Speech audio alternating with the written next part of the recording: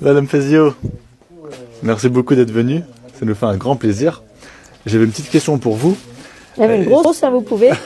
C'est parti. Est-ce qu'il y a un livre qui a changé votre vie? Est-ce qu'il y a un livre qui vous a marqué, qui a changé votre perception de la vie, que vous aimeriez faire lire aux gens?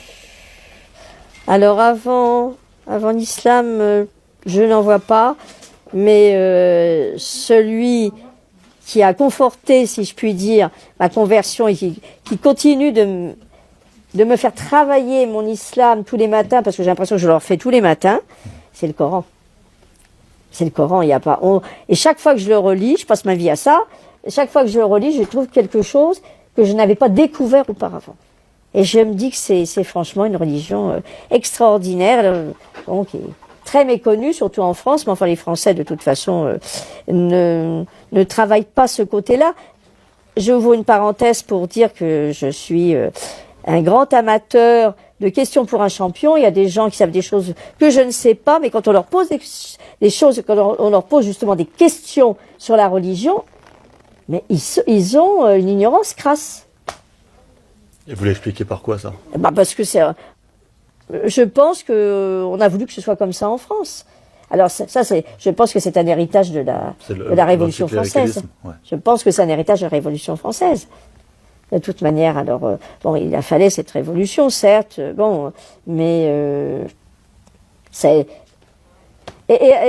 s'est quand même dégradé parce qu'au départ, même les révolutionnaires n'étaient pas contre l'idée d'un créateur universel. Et petit à petit, tout ça est parti.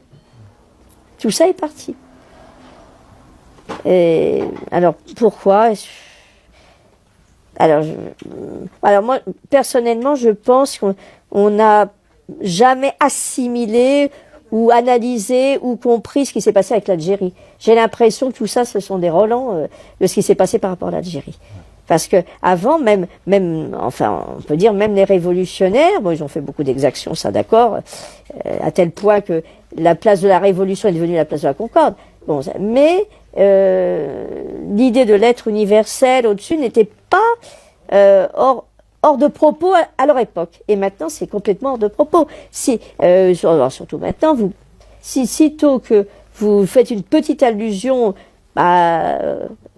au créateur, non, c'est le Big Bang, non, on va tout expliquer par la science.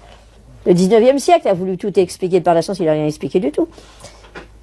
Il n'a rien expliqué du tout. C'est Nietzsche, Dieu est mort, etc. Mais on en revient quand même, du néant ne peut naître que le néant.